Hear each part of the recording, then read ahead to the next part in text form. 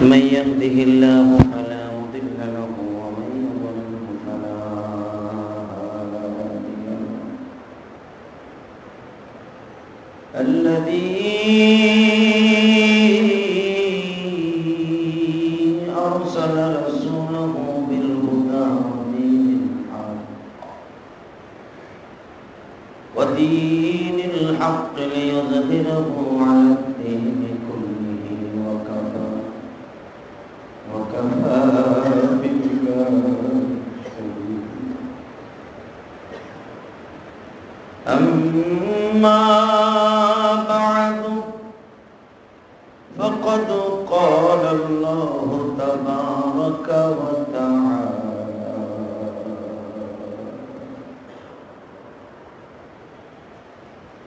فأعوذ بالله من الشيطان الرجيم. بسم الله الرحمن الرحيم. ولا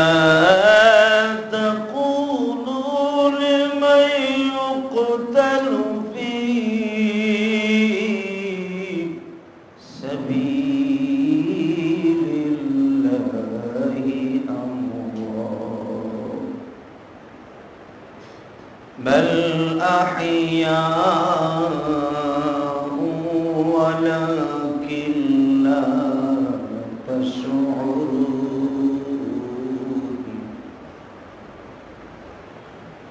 ولنبلونكم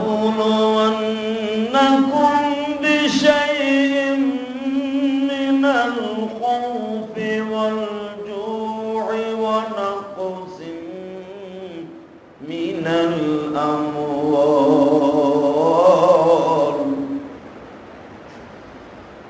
الأموال والأنفس والثمرات وبشر الصابرين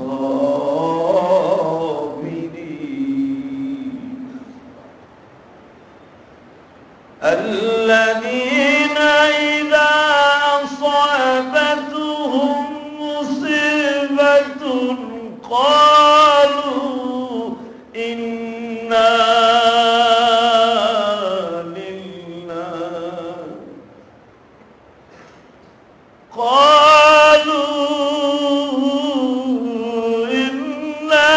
لله وإنا إليه راجعون.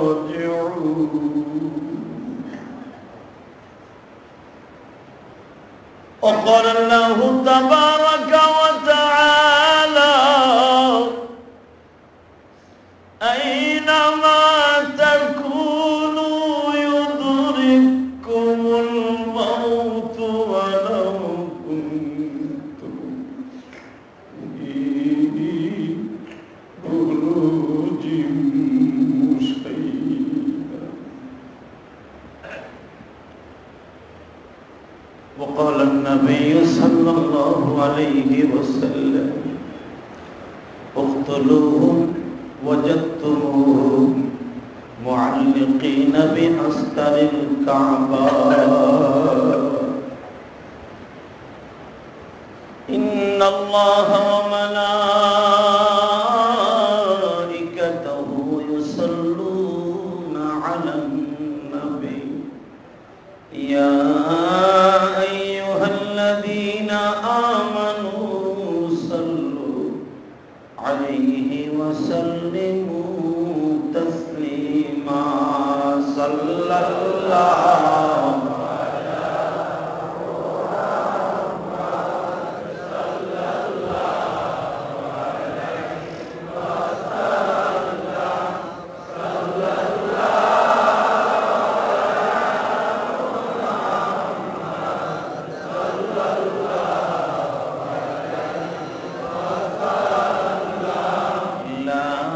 إله إلا الله لا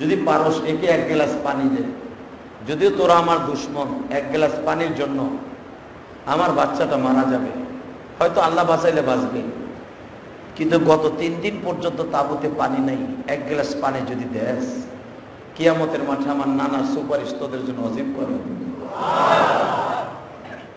আমার ভাইরা, সে মর্মান্তিক রাত্রটা কিন্তু আজকে, কিন্তু সেই দিনটা।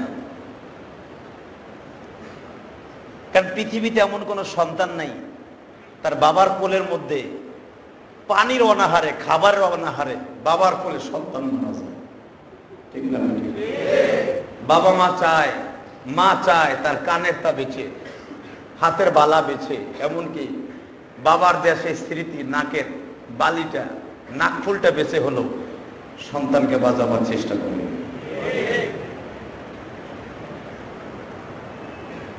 ভাইজান রে, বাবা দুঃখ মিয়া হুসাইন আলী আসগরকে কোলে নিয়ে যখন বেঈমানদের সামনে দাঁড়ায় বলে, ভাইরা রে, আমার নানার সাথে কথা আমার হয়ে গেছে, আমি আগামী কালকে দুনিয়া ছেড়ে যাব, তোমাদের হাতে আমার শাহাদাতের সুদা পান করতে হবে, কিন্তু আমার 2 বছরের বাচ্চাটাকে তোমরা মাইরো না, আমি বাবা সহ্য করতে পারবো না।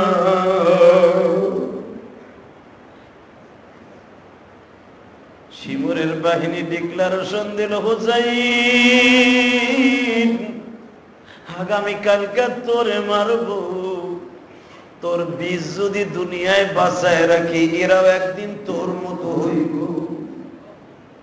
হুসাইন রে, তোর বংশে কাউরে রাখা যাবে না। হুসাইন 2 হাত তুলে বলে, জমিনের মালিকরা, তুমি যদি সহায় হইতাই, আল্লাহু আকবার, তুমি যদি সহায় হইতাই, খবর নানাকে দাও, তার হুসাইন পানির লাইগা শহীদ কারবালা।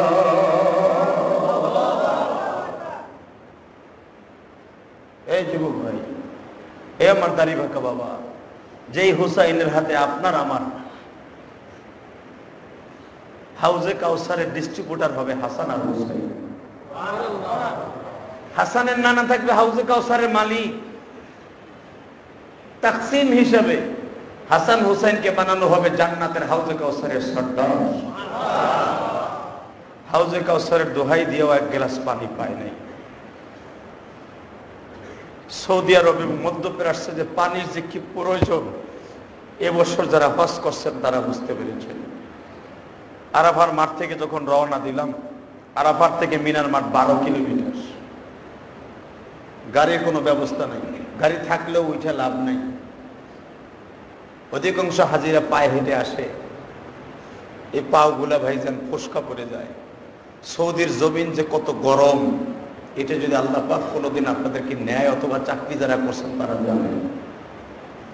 ও ভাইরা, রোডের উপরে মুজদালেফায় তখন বাজে রাত 2টা, আরাফার থেকে হেঁটে হেঁটে আসলাম 1টা পর্যন্ত।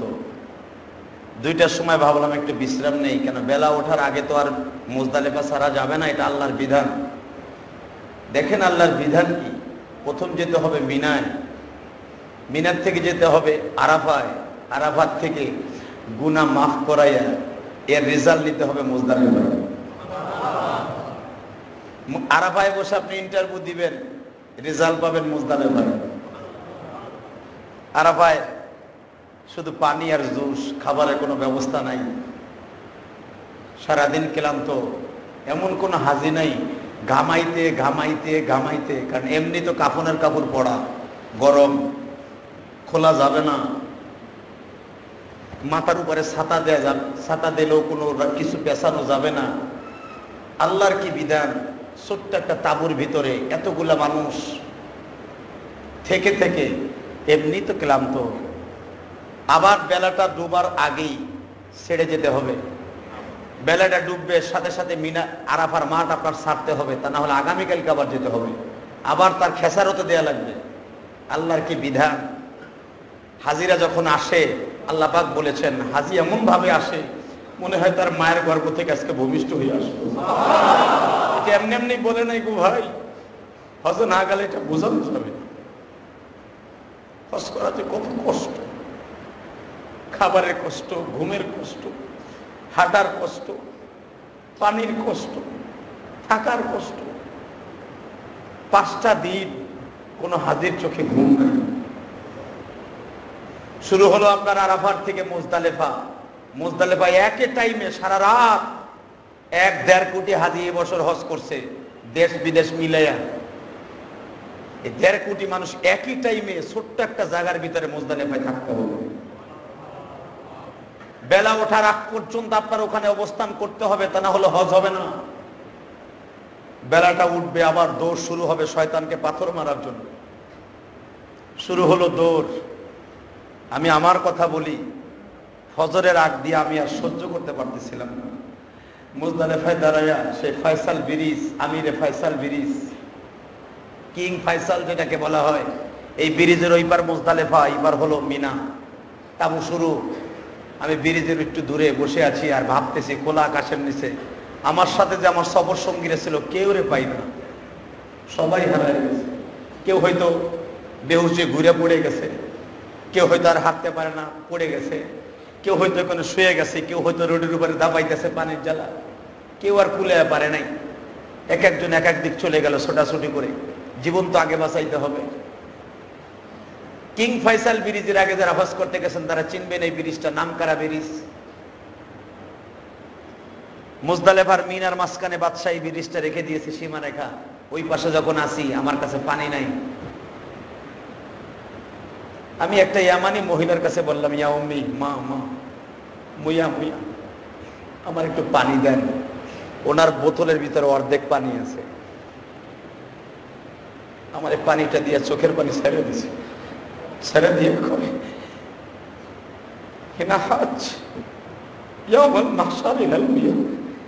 তোরে আমি পানি দিলাম, কিয়ামতের মাঠে তুই আমার পানি দিস। এই পানিটা আমার খুব দরকার ছিল। আরাফার থেকে যে পানিগুলো আনছি সব সে বই আনতে পারি না, কষ্ট হয়, হাঁটতে পারি না, পানি নিবো কেমন, সব ফেলাই দিচ্ছি। শুধু একটা বোতলই আসছিল, তোরে অর্ধেক দিলাম আর অর্ধেক আমি রেখে দিলাম। বিশ্বাস করবেন, অর্ধেক পানি যখন আমি অল্প একটু খাইছি, কোন রকম গলাটা ভিজাইছি, পানিটা যখন তার হাতে তুলে দিছি, মহিলা হাতের থেকে নিয়ে কয়, ইলাস সালাহ ইলাস সালাহ, তুই কি একটু আরাম পাইতেছো? আমি বললাম না, শোয়াই শোয়াই, কিছুটা আরাম পাইতেছি। মহিলা আমার কয়, ইজলিস ইজলিস, তুই আমার পাটিতে বয়। বাজান রে, বসলাম গো ভাই, এই পাও দুইটা চলে না গো দোস্ত। তখনই আমার মনে পড়ে গেল কিয়ামতের মাঠের কথা। ওই মিনার মুজদালিফা আরাফার মাঠে তো আমার আল্লাহ কিয়ামতের মাঠ কায়েম করবে গো। এই জন্যই আল্লাহ আরাফার মাঠটারে এমন বানাইছে, বান্দারে যত গুনাহ করবি বান্দা জমিনে, মাফ করিয়া দিব তোমায় আরাফাতে। যত গুনাহ করবি বান্দা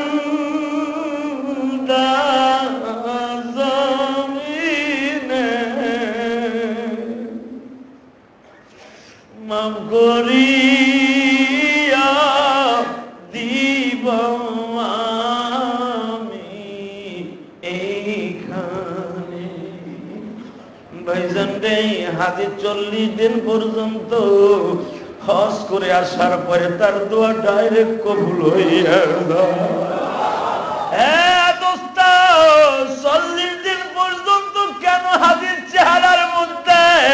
আমার আল্লাহ রহমতের নূর বিরাজ করতে থাকে। কেন জানেননি? আমার আল্লাহ বলে যা 40 দিন পর্যন্ত হাজিদের সাথে মুসাফা করবে, তাদের সাথে হাত তুলবে, আমি আল্লাহ 40 দিন পর্যন্ত তাদের দোয়ার ডাইরেক্ট আমার দপ্তরে নিতে থাকবো। কারণ কি বান্দা জানোস নি, মানুষের বাবার এক ফোঁটা নাপাক বিজ্জু 1 ফোঁটা মাংসে পরিণত হতে 40 দিন টাইম লাগে। ওই মাংসটা 40 দিনের ভিতরে একটা বড় মাংস হয়ে যায়। ওই আর 40 দিনের ভিতরে আমার বান্দার পুরা বডিটা আমি আল্লাহ মানুষে রূপান্তরিত করে ফেলি। আর 40 দিন যাইবার পরে আমি আল্লাহ বান্দার ভিতরে রূহ ফিট করে দেই। 40 দিনের একটা দাম আছে বাজার, যদি পারেন এখন 2 ফোঁটা পানি ফেলবেন। ওই মহিলা যখন আমার হাতে আবার দ্বিতীয়বারে বোতল দিয়া বলে তুমি সব পানি খেয়ে ফেলবে, আমি বুঝতে পারছি তুমি অনেক পিপাসিত। আমি বললাম না, সবাই হয়ে গেছে। না না, আমি বললাম ইদাল ইন্তেহা, আমার শেষ। না না, আমি দেখতেছি তোমার চেহারার ভিতরে ক্লান্তির ছাপ আছে, তোমার কাছে পানি নাই, আমি বুঝতে পারছি। তুমি এটা খাও, তুমি ক্লান্তিটা দূর করো। ভাইজান রে, কেন কথাটা বলছি এখনই ওয়াজটা মিলাই দিব। সে তো মায়ের জাত, আমার চেহারা দেখা বুঝতে পারছে, এই আমানি মহিলা বুঝতে পারছে আর এই বাচ্চাটার ভিতরে পানির পিপাসা আছে। তার বড় ছেলে তার পাশে বসা, তার স্বামী তার পাশে বসা। বোরকার ভিতর থেকে আমার আওয়াজ দিয়া মহিলা বলতেছে আমিও তো একজন মা। ভাইজান আমি কেন বলছি জানুনি, ওই মহিলার সাথে আমার কোনো রক্তের সম্পর্ক নাই, কিন্তু হুসাইনের সন্তান তো তার নিজের বংশ, তার নিজের রক্ত। পানির জন্য আজকে শহীদ হয়ে যায়। বাবা চিৎকার দিয়া বলে না না গো, না না, তুমি তো দুনিয়ার সব খবর পাও না, তোমার হুসাইন হাউজে কাউসারের দোহাই দিয়েও পানি পায় না। না না গো, কিয়ামতের মাঠটাও কি এরকম হইব না? না, আমার মনে হয় কিয়ামতের মাঠটাও এই হুসাইনের কারবালার মাঠের মতো হবে না। বাজান রে, আল্লাহওয়ালাদের রূহ তো কাশপ খোলা। নবী মদিনার থেকে ডাক দিয়া বলে হুসাইন রে, ও হুসাইন, তোর কারবালায় কষ্ট করতে হইছে নানু ভাই, রোজে মাহশরে করতে হবে না। যুবক ভাইরা, তোমার আমার জান্নাতের চাবি ওই হাসান হুসাইনের হাতে। যদি পারো এখন দীপ্ত কণ্ঠে একটা আওয়াজ দিবা, এত কষ্টের স্থান আমার নবী। আগামীকালকে সেই 10ই মুহররম দীপ্ত কণ্ঠে আল্লাহকে দেখায় দাও। জীবন যতদিন থাকবে, যতদিন বডির মধ্যে 1 ফোঁটা শক্তি থাকবে, আল্লাহর রসুলের দিনকে কোনোদিন আমরা বেথা যেতে দিব না। ভাইরা আমার দিকে তাকান, হযরত হুসাইন আলী আসগরকে কোলে নিয়ে বলতেছে সেই দিনটা কিন্তু আজকে। কোলে নিয়ে বলতেছে ইয়েজিদের বাহিনীরা রে, তাহলে কি তোরা আমার বাচ্চাটারে পানি দিবি না? ইবনে জিয়াদের সৈন্যের একজন দুরাচার, তার নাম ছিল নাসির ইবনে বাশির। এই মুনাফিকটা গাছের পরে তারা বলে হুসাইন রে, বাচ্চাটা নিয়ে আসো, পানির ব্যবস্থা কইরা দেন। হযরতে হুসাইন এত সরল মনের মানুষ ছিলেন বাবা। এই জন্য আমি আপনাদের একটা মাসলা বলে দিয়ে যাই, এই দুনিয়ায় যারা সহজ সরল এরা কিন্তু আগে জান্নাতে চলে যাবে। ভালো করে বুঝেন, যারা এই দুনিয়া সহজ সরল ভাবে চলবে, পুষ্পাস বেশি বুঝে না, 9-6 বুঝে না, আমার আল্লাহ বলে জান্নাতের মানুষকে যদি দেখতে চাও ওই মানুষটাকে দেখা নাও। জান্নাতের সব মানুষগুলা সহজ সরল থাকবে। আল্লাহর ওলিরা কিন্তু সবাই সহজ সরল ছিল বাবা, এরা কোনো প্যাঁচ গোছ বুঝতো না। হযরত হুসাইন তো বাবা বড় দিলের মানুষ, মনে মনে ভাবছে আমার বাচ্চাটারে নিলে এতটুকু বাচ্চার সাথে আর কি দুশ্মনী আছে, নিলেই হয়তো মশক ভরে পানি দিবে। এক হাতে মশক নিচে আর এক হাতে হুসাইনকে কোলে নিয়ে যখন তাবুর থেকে বের হয়েছে, নাসির বিন বশির এই বেঈমান শিমুরকে বলে দেয়, দোস্ত ওই যে বের হয়েছে। ইবনে জিয়াদ সঙ্গে সঙ্গে বলে, হুসাইনের সন্তানদের জীবনের তরে পানি খায়। দোস্ত আপনারা সবাই জানেন বিষাক্ত একটা বিষ মিশানো একটা তীর বহু দূর থেকে এমন ভাবে টার্গেট করে মেরেছে বাবা। হুসাইন তো সন্তানটারে বুকের মধ্যে এইভাবে নিয়ে আসতেছিল, ছোট বাচ্চা বাবার গলাটা এইভাবে জড়াই ধরেছে। ও দোস্ত, যেই বাবার গলা তুমি আর আমি একদিন ধরেছিলাম, যার জ্বলন্ত প্রমাণ আপনাদের সামনে আমি দিয়া যাই। আরিসা ফেরিঘাটে যখন লঞ্চটা ডুবে গেল, একটা লাশ পাওয়া গেছিল দোস্ত, মাত্র 2.5 বছরের একটা বাচ্চা, মার গলাটা এইভাবে জড়ায় ধরছে। মার গালের ভিতরেও ময়লা, সন্তানের গালের ভিতরেও ময়লা। মার ঠোঁটটা সন্তানের ঠোঁটের সাথে লাগানো, মার বুকের সাথে ঠ্যাং 2টা লাগানো, মার গলার সাথে হাত 2টা পেঁচানো। হারমিরাই লাশটা দেখে নিজেরা দাঁড়ায় দাঁড়ায় কেঁদেছিল, মারে মা। হয়তো পানির নিচে বসেও মা বাচ্চাটারে অক্সিজেন দেওয়ার চেষ্টা করছে। মা মরে যায় গো বাবা, সন্তানরে বলতে পারে না। হ্যাঁ যুবক, হজ করে আসলাম ভাই, হাজিদের ঘেরান এখনো গায়ের থেকে যায় না। মিনা মুজদালিফার সেই কষ্টের ঘেরান এখনো যায় নাই। আমি একটা গ্যারান্টি দিয়ে যাই বাইরে, এমন কোন জায়গা নাই মার কথা ভুলে যাইতে পারছি। যেখানে হাত তুলছি মনে পড়ে গেছে মায়ের কথা। বিশ্বাস করলে ভাই, যেখানে হাত তুলছি বারবার বলছি, মাবুদ রে তুমি আমারে মাফ করার আগে আমার মাকে মাফ করে দাও। আমার বাবাকে মাফ করে দাও।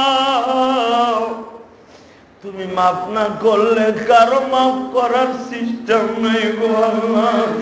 এ দোস্ত কেন করছি জানো নে? তোমার মা একটা সেকেন্ডের জন্য তোমার বুইলা যাইতে পারে নাই। গ্রাম অঞ্চলে তুমি আর আমি জন্ম নিছি, মা ধান সেদ্ধ করতে গেছি, একটা দৌড় দিয়া দেখে গেছে তুমি আবার ঘুমের থেকে জাগছো নি। মা তরকারি রাঁধতে গেছে, পাক করতে যাই আবার দৌড়ে ঘরের মধ্যে ঢুকছে।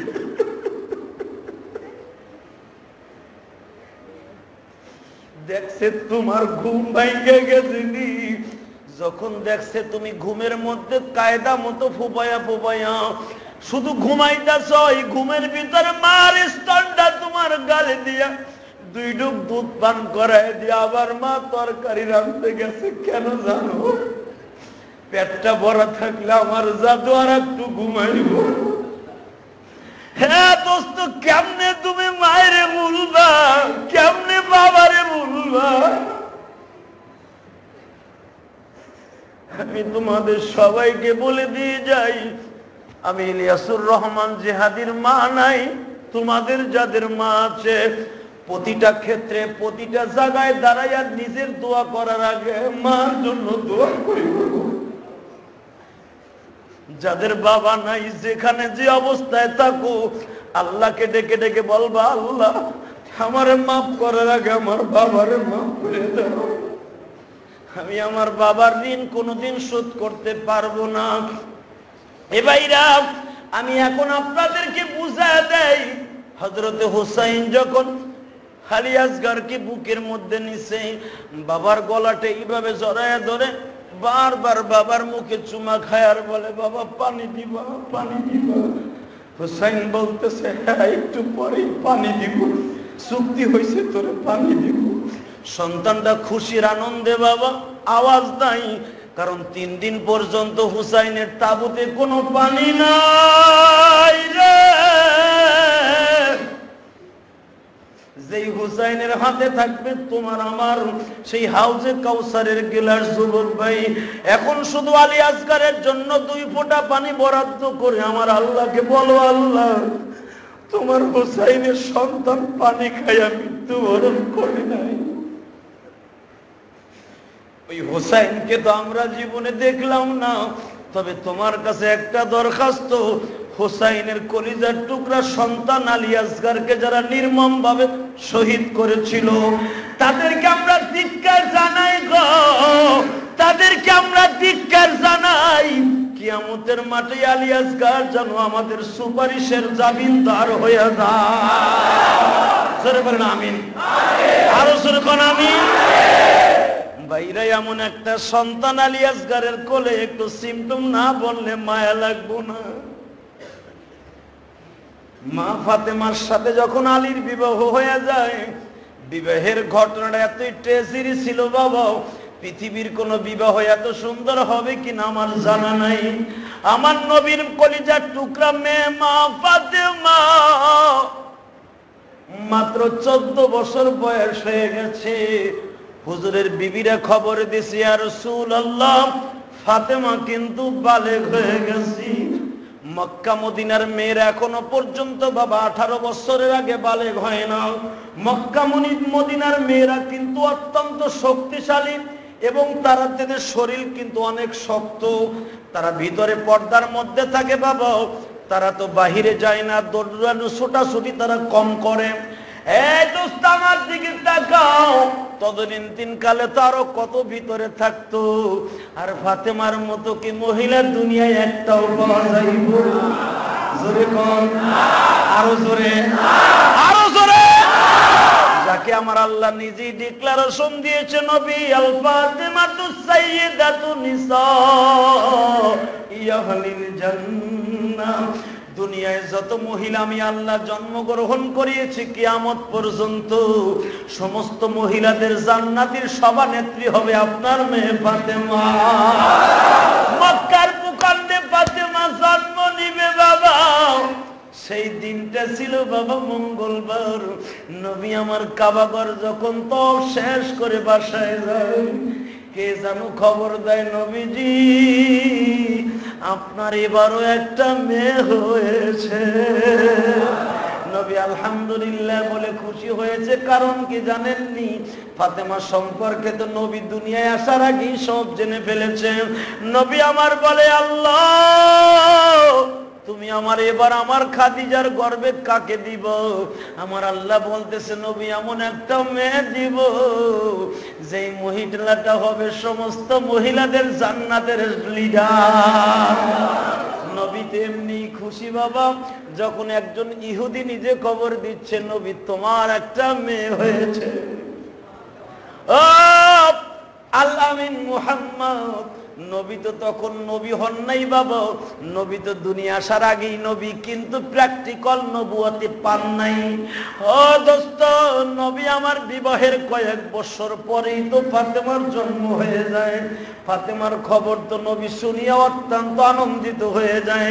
খাদিজার কোলের থেকে নবী ফাতেমারে লইয়া একটা দৌড় দিয়া রুমালের মধ্যে পেঁচাইয়া কাবার দরজার সামনে চইলা যায়। নবী ফাতেমার গলায় গালে চুমা দিয়া বলে, মাবুদ রে, যেই মুহাম্মাদের মুখ ফাতেমার শরীরে লাগলো, কিয়ামতের মাঠে আমার এই ফাতেমা যা বলবে তুমি তাই শুনতে বাধ্য থাকিবে। এত আদরের মেয়ে বাবা বালেগ হয়ে গেল আজকে, কিন্তু দুঃখের বিষয় মেয়েটা বালেগ হয়েছে, তার মা পাশে নাই। সবাই হলো সৎ মা। ফাতেমা যেই ঘরের কাছে, যেই ঘরের মধ্যে থাকতো, হাজী সাহেব বাজানরা যারা হজ করেছেন, মসজিদ নববী যখন যাবেন, রিয়াজুল জান্নার ভিতরে ঢুকে বাম দিকে নজর করলেই দেখবেন ফাতেমার দরজাটা, আর একটু পিছনের দিকে আসহাবে সোহবার থেকে সামনে নজর করলেই দেখবেন হযরতে ফাতেমার পিছনের দরজাটা। যেই রুমের মধ্যে হাসান জন্ম নিছে, যেই রুমের মধ্যে আজকে আলী আসগারের বাবা হুসাইন জন্ম নিয়েছে। বাবা কেন কথাটা বলছি একটু দিলের কানে শোনার চেষ্টা করেন, আগামী কালকেই কিন্তু সেই স্মরণীয় দিনটা। এই দোস্ত, হুসাইন শহীদ হয়েছে, এই জন্য কিন্তু কারবালার দাম নয়, মুহররমের 10 তারিখের দাম নয়, মুহররমের 10 তারিখের দাম দুনিয়া বানাইবার আগে আমার আল্লাহর কাছে ছিল গো বাবা। দোস্ত এদিকে তাকাইয়া শুনতে থাকুন। মা ফাতেমার বিবাহের দরখাস্ত, অফার লেটার, বিবাহের অপার সব বায়োডাটা লেখে নবীর জায়নামাজের নিচে রেখে আসে। মসজিদে নববীতে নবীর 2টা মেম্বার, 2টা হুজরাখানা, যেখানে উস্তুনে হান্নানা দাফন করা। এটা হলো জীবনের প্রথম হুজরা, নামাজ পড়ানোর প্রথম মেম্বার। এরপরে যখন সাহাবীদের সংখ্যা বেড়ে গেল, নামাজের সংখ্যা বেড়ে গেল, তখন দ্বিতীয় আর একটু সরাইয়া নবী আর একটা মেম্বার করলেন। এই মেম্বারের নিচে উস্তুনে হান্নানা, উস্তুনে হান্নান, হন্নুন, হানান।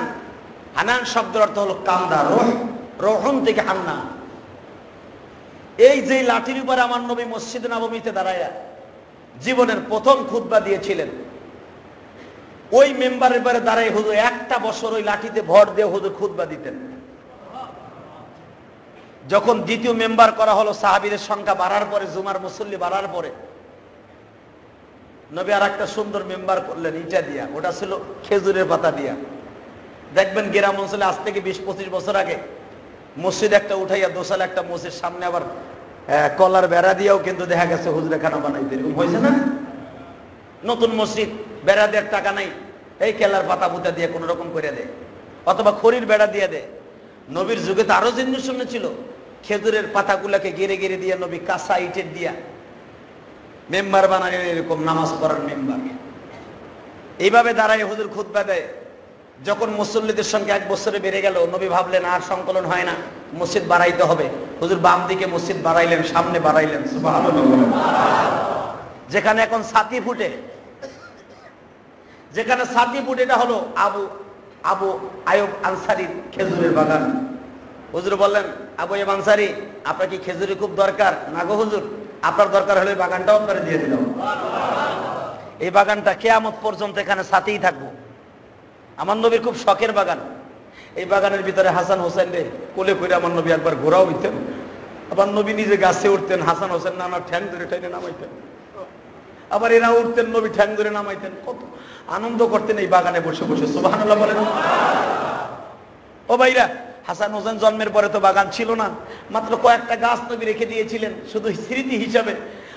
আবু আয়ুব আনসারীকে বললেন, আবু আয়ুব আনসারী, এখানে আমার একটু দরকার। আবু আয়ুব আনসারী বলেন, হুজুর আমার এখানে 2টা বাগান আছে, 2টা বাগান আপনার দিয়ে দিলাম। এই 2টা বাগান আবু আয়ুব আনসারীর বাড়ি, যেখানে এখন ছাতি, এখানে কোনো ছাদ নাই, বিদ্যুতের গতিতে ছাতি ওঠে। এই দোস্ত, এই সামনের 2টা বাগান ছিল আবু আয়ুব আনসারীর। প্রথম বাগানটা আবু আয়ুব আনসারী ছেড়ে দিলেন নবীর জন্য।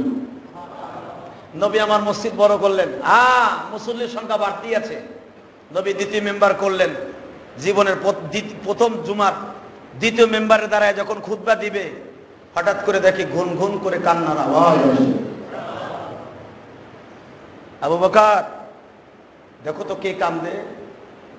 হুজুর কাউরে তো দেখি না, ওই যে ওদিক কোনার থেকে কান্না আসে। হুজুর কেউরই তো কান্দে দেখি না। না গো, কে জানি কান্দে গো আবু বকর। হঠাৎ করে একজন খবর দিল, হুজুর কোন মানুষের কান্নার আওয়াজ তো বোঝা যায় না, এই মেম্বারের সাথে যে লাঠিটা আছে এটার কান্নার আওয়াজ শোনা যায়। নবী আমার দেখলেন কান লাগাইয়া ঠিকই লাঠিটা কান্দে। উস্তুন মানে লাঠি, হান্নান মানে কান্দা।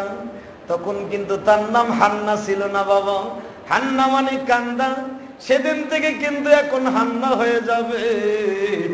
বাবা নূহ নবীর নাম কিন্তু নূহ নবী ছিল না, নৌহুন মানে কান্দা। দোস্ত, নূহ নবীর নাম ছিল আমার আল্লাহর ডিক্লারেশন আব্দুল্লাহ। নূহ নবী একাধারে 300 বছর কেঁদেছে বাবা।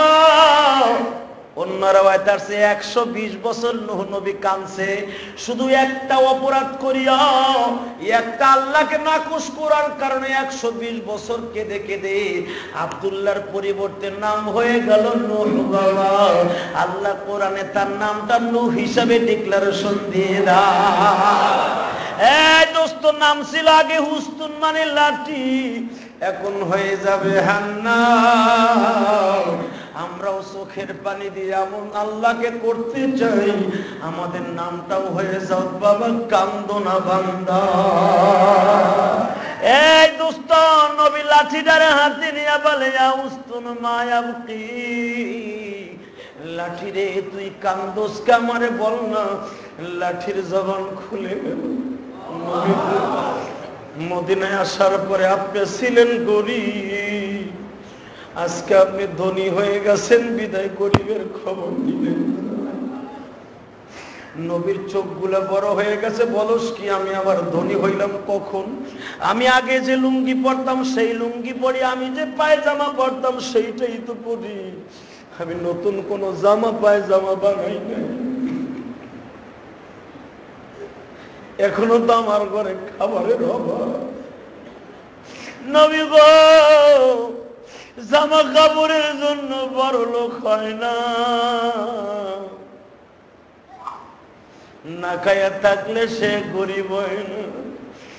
নবী আপনি কেমনে আমারে ভুলে গেলেন গো? একটা বছর আমারে ট্যাগ লাগাইয়া খুদবা দিলেন, আজকে আপনি আমারে বলিয়া সুন্দর মেম্বারে দাঁড়াইয়া খুতবা দিলেন গো নবী।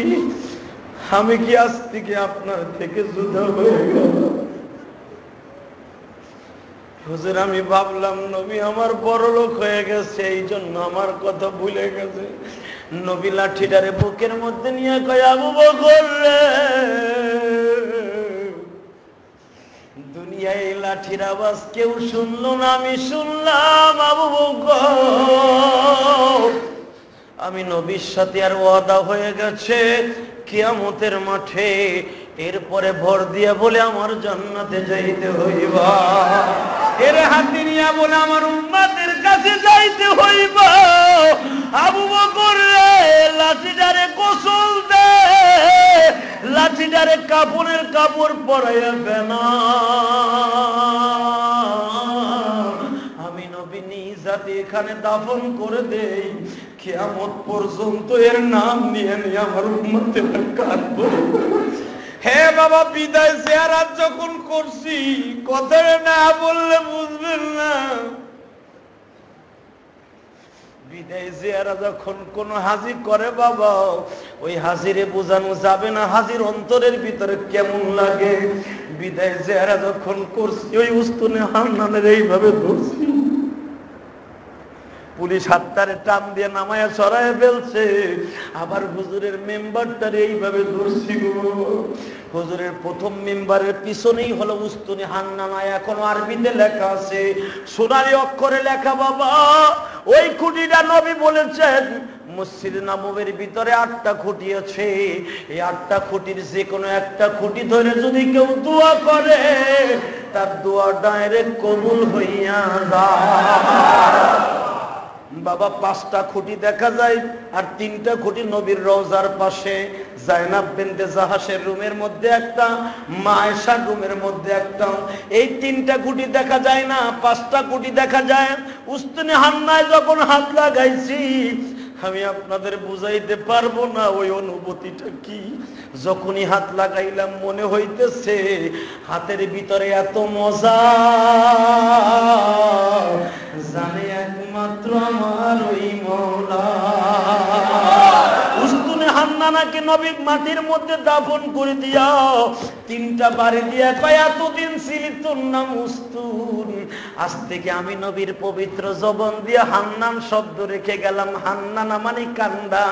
আমার উম্মতেরা যখন এখানে দাঁড়ায় দাঁড়ায় কাঁদবে, প্রতিটা উম্মতের কান্নার 50 সওয়াব তোর অ্যাকাউন্টে জমা হয়ে যাবে। কিন্তু আমি আল্লাহকে বলে দিয়ে যাই, আমার যে উম্মত গুলা তোর পাশে দাঁড়াইয়া দোয়া করবে, তার দোয়াই যেন মালিক কবুল করে লয়। দোস্ত, উস্তুনে হান্নানার কাছে গেলে যদি আল্লাহ কোনোদিন আপনাদেরকে হজ করার তৌফিক দেয়, আমি আপনাদের দোয়ায় 62টা তওয়াব করছি। বাবা আঙ্গুল গুলা দেখলে বুঝতে পারবে প্রত্যেকটা আঙ্গুল ফাইটা গেছিল বাবা। কারণ যারা হজ করছেন তারা জানেন, যারা মাতাবের মধ্যে কাবা ঘরের পাশ দিয়ে তওয়াব করে, আর আমি কাবা ঘরের পাশ ছাড়া আমার তওয়াবে মজা লাগে না। কাবা ঘর ধরে ধরে কাজ দিয়ে তওয়াব করতাম। তওয়াবটা শেষ করে বাবা কাবা ঘরের দরজার নিচে কপালটা ঠেকাই কাঁদতাম। একটা তওয়াব শেষ করে কাবা ঘরের দরজার নিচে কপাল ঠেকাই কাঁদতাম, আবার একটা শুরু করতাম। এইভাবে 62টা তওয়াব করছি। সবচেয়ে সুখের বিষয়, খুশির বিষয়, আমি আমার জুমার মুসল্লি সহ যারা আমাদের মুহিব্বিন আছেন, আমি সবার জন্য তওয়াব করছি বাবা। যদি বলেন হুজুর আমরা তো এখানে হাজার হাজার, আমাগো সবার নামে কেমনে করলেন? ও বাবা, নবীর হাদিস, তুমি যার নামে করবা, যেইভাবে করবা নিয়ত করে নামবা। আমি নিয়ত করছি আল্লাহ, আমি এই মসজিদে আসার পরে এবং আমার জীবনে যত মসজিদে আসার পরে আমি জুমার নামাজ পড়াইছি, তাদের নামে একটা তওয়াব করলাম। আল্লাহ, মিরপুরে যতদিন আসছি, কলাপাড়া যতদিন ছিলাম, ওখানের নামে একটা করলাম। বর্তমান যে মসজিদে আছি, যারা এখনের জুমার নামাজ পড়ে, তাদের নামে করলাম। এরকম ভাবে নাম ধরে ধরে বাবা তওয়াব শেষ করে যে সময় বিদায় তওয়াব করব, বিদায় তওয়াবটা যে কত সিরিয়াস এটা বুঝাইতে পারি।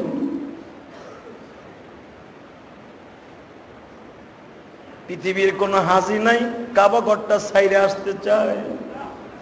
মনে হয় বাবা কাবাটা যখন নজরে পড়ে, আল্লাহ যদি কোনদিন নেয় বুঝতে পারবেন, ওই কালো ঘরটা কাবার গিলাফটা যখন নজরে পড়ে বাবা, মনে হয় কাবায় তোমার এমন জোরে টান মারে, একটা দৌড় দিয়ে হাজি কাবারে বুকের মধ্যে নিয়ে বলে, কাবার মালিক রে মালিক।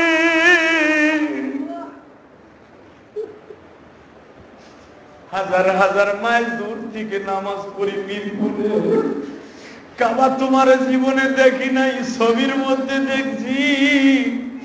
আজকে তোরে এই চোখ দিয়ে দেখতাছি কাবারে, যখন তোরে দেখার সুযোগ মালিক দিছে,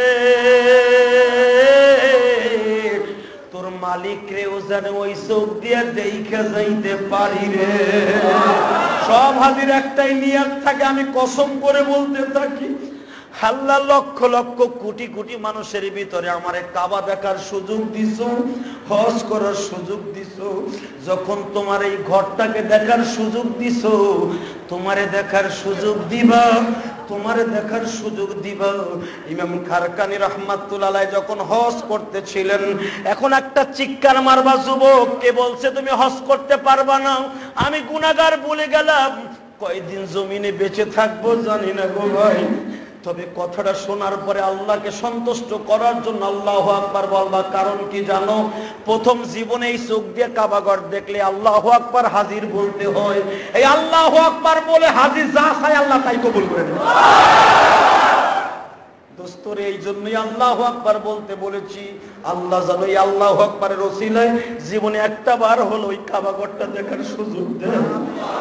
বোঝানো যাবে না ওই কাবাঘরের মধ্যে কি আছে গো। তওয়াব করতেছেন, একটা বেগানা মহিলা আপনার সাথে পুরো বডিটা লেগে গেছে বাবা। এই দৃশ্য যদি বাংলার জমিনে হইতো, কোন পুরুষ নাই তার নিজের কন্ট্রোল করে রাখতে পারত। একটা মিশরি সুন্দরী মহিলা, তার পুরো বডিটা তোমার সাথে লাগানো, কিন্তু চোখটা বন্ধ করে তুমি বলতেছো লা হাওলা ওয়ালা কুওয়াতা, লা হাওলা ওয়ালা কুওয়াতা, লা হাওলা ওয়ালা শক্তি না, ওই মালিক তোমার দিকে রানিং ক্যামেরা ফিট করে রাখছে। হাজিরে খবরদার, ওই মহিলার বডি তোর সাথে আমি আল্লাহ লাগাইছি, ওরও সেরকম অধিকার, তোরও সেরকম অধিকার। ও মনে করবি না এটা তোর অন্য কোন মহিলা, মনে করবে এই মহিলা তোর মা। বিশ্বাস করেন গো বাবা, হাজির কাছে জিজ্ঞেস করেন, পুরো বডিটা মহিলার তোমার পিঠের সাথে তোমার বুকের সাথে লাগানো, মহিলা বাঁচতে পারে না, তোমারে জড়ায় ধরছে চাপে, তুমি বলতেছো লা হাওলা ওয়ালা কুওয়াতা ইত্তাকুল্লাহ, আল্লাহ মাফ করে দাও, আল্লাহ মাফ করে দাও। বাবা এই দৃশ্য যদি ওই কাবা ঘরের পাশ ছাড়া পৃথিবীর কোথাও হইতো, ওই পুরুষ কোনোদিন তার নিজেকে কন্ট্রোল করে রাখতে পারতো না। এত সুন্দরী মহিলা তোমার বডির সাথে লেগে আছে, মনটা খারাপ হওয়া তো দূরের কথা বাবা। শুধু হাজি আল্লাহ আল্লাহ কয়ে আল্লাহু আকবার, আল্লাহু আকবার, আল্লাহু আকবার, শুধু এই শব্দই হাজিরা দেয়, আল্লাহু আকবার, আল্লাহ তুমি বাঁচাও, আল্লাহ তুমি বাঁচাও, আল্লাহ তুমি গুনাহ থেকে বাঁচাও। আপনি কি মনে করলেন ওইটা কি মাঠ? আপনি কি মনে করলেন? বাইরা আমার দিকে তাকান, আশ্চর্য হয়ে যাবে। আমি যখন কাবা ঘরের দরজার নিচে কপাল দিয়ে কাঁদতেছিলাম, একটা ইন্দোনেশিয়া মহিলা আমার পিছনের থেকে থাবড়ায় আর কয়, হ্যার বাসায় কইতাছে আমার খুব দরকার, তুই একটু সর, আমার একটু কাবার সাথে কপালটা লাগাইতে দিয়ে এমনি দেখাইতেছে আমার। আমি বললাম আল্লাহ হারাম, পুরুষের ভিতর আপনি চাপ খাইয়ে থাকবেন, আপনি পারবেন এখানে যাইতে? কয় তুই একটু সর, আমার একটু দৌড়তে দে। আমি এক এমানি হাজিরে বললাম, এক তুর্কির হাজিরে বললাম, আল্লাহ ইস ইস, আল্লাহ ইস ইস, উম্মি উম্মি, এই মহিলাটা দেও না। আস্তে করে মহিলাটা লাগাই দিলাম, মহিলাটা কপালটা ঠেকাই ভাবে একটা চিৎকার যে মারলো, এটা আমি আপনাদের বুঝাইতে পারবো না। মহিলা অনেক সময় পর্যন্ত কাবারে জড়াই ধরে কাইন্দা কইন্দা, আমি দাঁড়াই রয়েছি, দেখি মহিলা কি করে। একটু পরে বোরকার ভিতর থেকে হাত বের করে আমার বলে, হায়াতুল নবী, হায়াতুল্লাহি, বারাকাল্লাহু ফি হায়াতি, বারাকাল্লাহু ফি হায়াতি, বারাকাল্লাহু ফি হায়াতি, আল্লাহ তোর হায়াতের মধ্যে বরকত দান করুন, আল্লাহ তোর সুস্থ রাখুন। ইন্দোনেশিয়া মহিলা আমার দোয়া করতেছে, বারাকাল্লাহু ফি হায়াতি, আল্লাহ তোর বরকত দেখ তোর হায়াতের মধ্যে, তুই আমার কত সুন্দর চান্স করায় দিলি, আমি তোর মার মতো, আল্লাহ তোর বরকত দান করুন। বাজান রে, চিন্তা করেন তো ওই জায়গাটা কেমন জায়গা গো বাবা। হ্যাঁ দোস্ত, এই দৃশ্য যদি বাংলার জমিনে কোন জায়গায় হইতো, তুমি বলো আর আমি বলো, মন কোনোদিন ঠিক রাখানো সম্ভব নয়। এই দোস্ত, ওইখানে কোনো মন খারাপ নয়, মনে করি সবাই আমার মা, সবাই আমার মা, কেউ মনে করে না এটা আমার বোন, এই কথা কেউ মনে করে, সবাই মনে করে আমার মা। ভাইরা আমার দিকে তাকান, আল্লাহ যদি কোনোদিন নেয় সেদিন বুঝবেন। মহিলার আপনার ডাইনে বামে পিছনে সব দিকে মহিলা, কিন্তু মনটা কখনো খারাপ হয় না। আসলে কারণ এইটাই, এই কাবার কোনো শক্তি নাই। কাবার মালিক বসে বসে বলতেছে, খবরদার হাজিরে, তুই তো আমার মেহমান, ওই যে আল্লাহর বান্দি ও আমার মেহমান। ভাইরা আমার দিকে তাকান, যখন কাবাঘর জীবনে প্রথম দেখবেন, ওই অনুভূতি কোনোদিন শেষ করা যাবে না। একটা দৌড় দিয়া বাবা কাবার দিকে তাকায়া যখন তওয়াফ শুরু করবেন, কাবার মালিক আপনার মাফ করে দিবে।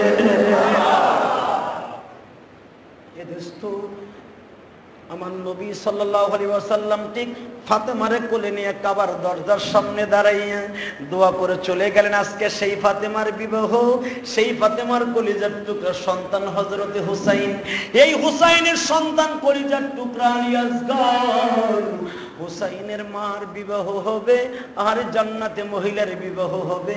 সবাই যায় নামাজের নিচে বাজান উস্তুনে হান্নানার পাশে নবীর বিবাহের প্রস্তাবের জন্য বায়াটার সবাই দিয়ে যায়। নবী আসরের পরে খুলিয়ে দেখে, নবী তো নিজে লেখাপড়া জানতেন না, সাহাবীদেরকে ডেকে ডেকে বলে, আবু বকর রে দেখো তো কে কে দরখাস্ত জমা দিয়ে গেছে। বাবা মাত্র জোহর থেকে নিয়ে আসর পর্যন্ত 300-র উপরে প্রার্থী হয়ে গেছে ফাতেমারে বিবাহ করার লাগিয়া। নবী দরখাস্ত গুলা নিয়ে ঘরে নিয়ে বলে, ও বিবিরা দেখো তো কার দরখাস্ত পছন্দ হবে। এখন তো ছবি দেয়, তখন তো আর ছবি দিত না এগো দোস্ত, শুধু ঠিকানা দেখে তারা চয়েস করতো। এ বাবা, জান্নাতের রহমনীদের জান্নাতের সরদারিনী মা ফাতেমা, আমার মা তোমার মা, জোরে বলেন, আমার মা তোমার মা, নাম হলো ফাতেমা, আমার মা তোমার মা, নাম হলো ফাতেমা, বলেন, আমার মা তোমার মা, সবার মা, নাম হলো ফাতেমা। মারহাবা, জোরে বলেন। বাইরে আমার দিকে তাকান, নবী রাত্রে বিশ্বাস করলেন কার কাছে দেয়া যায়? নবী দরখাস্ত দেইকে বিবিরা বলে, হুজুর এই ছেলেটার বায়োডাটা তো ভালো, ঠিকানা ভালো, বংশ ভালো, সবই ভালো, এতটুকু উচ্চতা, এতটুকু লম্বা। নবী আমার বলে, আমি যাকে চাই তানে কেন না পাই? যখন ফজরের আজান হয়ে গেল, নবী ইমামতি করলেন, জোহরের ওয়াক্ত আবার দরখাস্ত জমা হইতাছে। ও বাবা, জোহরের পরে সব সাহাবীরা মসজিদ থেকে বের হয়ে যায়। এই যে কলিজার টুকরা নবীর দুলাল হাসান হোসাইনের বাবা মসজিদ থেকে বের হয় না। নবী আমার জিজ্ঞেস করে, আলী রে, সবাই বাড়িতে চলে গেল, সবাই তো কেউ না কেউ বিবাহের প্রস্তাব দিয়ে গেল, তুই তো কিছু লিখলি না। আলী বলে, হুজুর আমি কেমনে লিখবো? আমার সামনে দুইটা ওয়াল, দুইটা প্রাচীর। কি কি প্রাচীর? এক নম্বরে আমি গরিব, আমার তো কোনো বেডিং পর্যন্ত নাই, ভাত খাওয়ার একটা থাল, তাও আপনার ঘরের থাল। বদরের যুদ্ধে একটা চাদর পাইছি, যুদ্ধে যাওয়ার আগে চাদরও ছিল না, মসজিদে নববীর খেজুরের পাটি ছিল আমার বিছানা। নবী আমার চোখের পানি ছেড়ে দিয়ে কয়, আলী রে, তোর বাবা হাজীদেরকে পানি পান করাতো। আলী রে, তোর বাবা হাজীদের জন্য খাবার ফ্রি করে দিত, তোর বাবা হাজীদেরকে নিজে বেডিং দিয়ে সাহায্য করত, আজকে তোর বেডিং নাই রে আলী। আর একটা বাধা কি? হুজুর সে তো আমার আপন স্বাস্থ্য ভাইয়ের মেয়ে, আপন স্বাস্থ্য ভাইয়ের বিটি, কেমনে তারে বিবাহ করি? দুইটা প্রাচীর টপকাইয়া কেমনে আমি দরখাস্ত দেই গো নবী? আমার নবী বলে, আলী রে, আপন স্বাস্থ্য ভাই, আমি আপন ভাই তো তোর নই। আলী, আমি তো তোর আপন ভাই নই, আমার মেয়ে তোর জন্য বিবাহ করা যায়। নবী যখন এতটুকু পারমিশন শুধু বললেন, আমার মেয়ে তোর জন্য বিবাহ করা যায়, আলী মুস্কে হেসে দিয়া ঘাটটারে মোড়াইয়া চুপ করে উস্তনে লা বাবা, যেটার নিচে বসে আমার নবী ওয়াজ করতেন বাবা, ওই খুঁটিটা এখনো পর্যন্ত মসজিদে নববীর ভিতরে দাঁড়িয়ে আছে। এই উস্তনে লা বাবার কাছে আলী বসে এক চোখে হাসে আর এক চোখে কাঁদে। ইন্দি মিন টাইমে আবু বকর দৌড়ে এসে বলে, আলী কি ভাবতেছো? কি আর ভাববো, কিছু না। না রে আলী না, ভিতরে ভিতরে অনেক কিছু ভাবতাছস। আমার মন বলতে চালি, তুই বুঝি ফাতেমার বিবাহের জন্য দরখাস্ত দিবি। আবু বকরের কথা শুনে আলী বলে, এটা কি সম্ভব? আপনি কোন বেটা দিঘা দরখাস্ত দে না গো, দরখাস্ত সম্ভব না। নবী দিলে এমনি দিব, নয় না দিব। আসরের আজান হয়ে গেল, আমার আল্লাহ বলে, জিবরাইল রে, আলীও যখন রাজি হয়েছে, নবী আগের থেকেই রাজি, আমি আল্লাহ তার আগের থেকেই তাড়াতাড়ি নবীর মুখ থেকেই ব্যবস্থা করে দে। নবী বলা ছাড়া আলী কোনোদিন প্রস্তাব দিবে না। নবী আসরের নামাজ পড়ে সব সাহাবীদেরকে তালিমে পাঠিয়ে দিয়ে নবী আলীরে ডাক দিয়ে কয়, আলী রে, জোহরে যেটা বলছিলাম তুই কি কিছু ভাবস না? আলী বলে, হুজুর কি ভাববো? না তুই জানি কি ভাবতাছ? না হুজুর কিছু ভাবি না। না কি জানি ভাবতাছ? হুজুর কি ভাববো, গরিব মানুষের কি ভাবা আছে? নবী বলে, আলীর আমি বুঝতে পেরেছি তুই আমার ফাতেমারে বিয়ে করতে রাজি আছো। আরো জোরে কর না। আলী বলে, হুজুর আমি রাজি থাকলে কি হইব? আপনি কি রাজি হইবেন? নবী কয় আলী রে আমি যে কত আগের দিয়ে রাজি এটা তুই জানোস না আলী, তুই কি ভুইলা গেছস হিজরাতের রাত্রে আমার ফাতেমারে হাতে দিয়া বলছিলাম আলী রে আমি নবী ঘরের থেকে বের হয়ে যাই, আমার 4টা মেয়েরে তুই দেখে রাখিস। সময় এমনি বেশি হয়ে গেছে, শুধু আলী আসগারের কথাটা বলি আপনাদের কাছ থেকে নামাজের উদ্দেশ্য রওনা দিব। আলী আসগারকে যখন হোসাইন বুকের মধ্যে নিয়ে বাবা চেপে ধরে বলতেছে দিবি না পানি, তীরটা আস্তে আস্তে এসে এমন জায়গায় লেগে গেল যেইখানে মানুষের হাত হৃৎপিণ্ড থাকে বাবা, তীরটা এমন ভাবে ঢুকে গেছে। হযরত হুসাইন যখন টান দিছে, কারণ তীরের মাথাটা ছিল বাবা এইরকম শলা ঝোলানো, টান দিলে গোস্ত সহ উঠে আসতো, এমন ভাবে তীরটা ঢুকছে। বাচ্চা মানুষ গো বাবা, বাচ্চা হাড্ডি, টান দেওয়ার সাথে দেখে তীরের 2 মাথায় কলিজাটা বের হয়ে আসছে। হযরত হুসাইন আলী আসগারকে জমিনে শোয়াইয়া এখন চিল্লাবার কান্না গো। কোন হুসাইনের বাবা যদি হাউজে কাসার না খাওয়ায় খাইতে পারবে না? নবীর দুশমন, ইসলামের দুশমন বেঈমান গুনার বিরুদ্ধে অস্ত্র বস্ত্র ধরার জন্য রেডি হয়ে যাও। ভাইরা আমার দিকে তাকান, কলিজা যখন বের হয়ে গেছে হুসাইন চিৎকার মনে কয় না না কই পানি দিলে গো না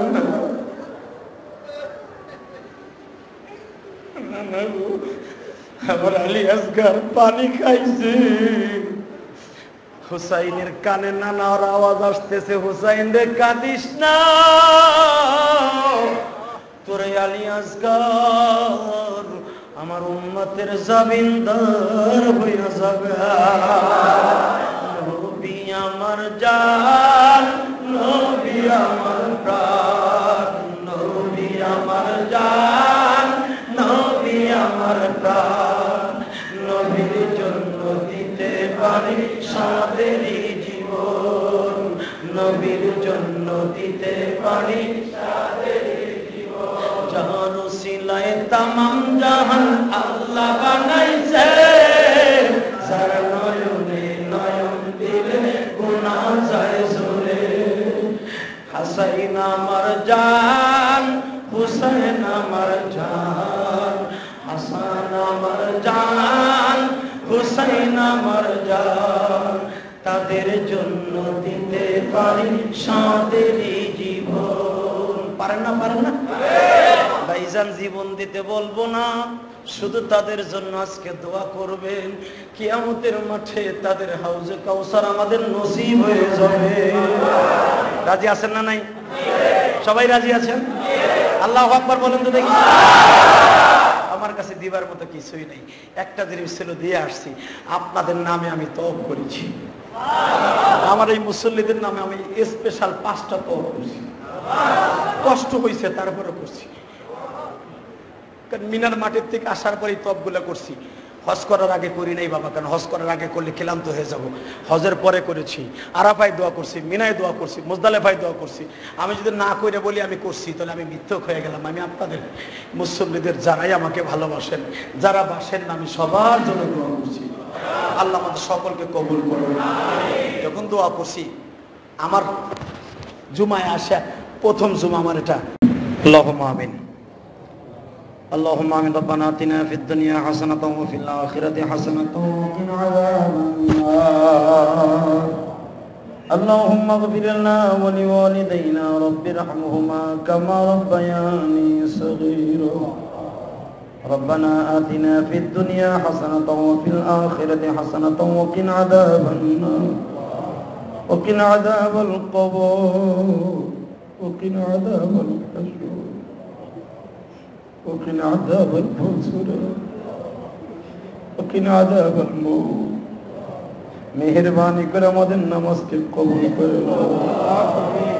জমিনের মালিক, এই হাত দিয়ে তোমার কাবা গো বহু জায়গায় হাত লাগাই দোয়া করো। আল্লাহ হযরত আসওয়াদে তুমি 5 বার চুমা দিয়ে আইছো। যতবারই চুমা দিছি ততবারই বলছি এই পাথরের কোনো দাম নাই। এই পাথরে তোমার নবী চুমা দিছে যেইখানে তোমার নবীর ঠোঁট লাগছে জানি না।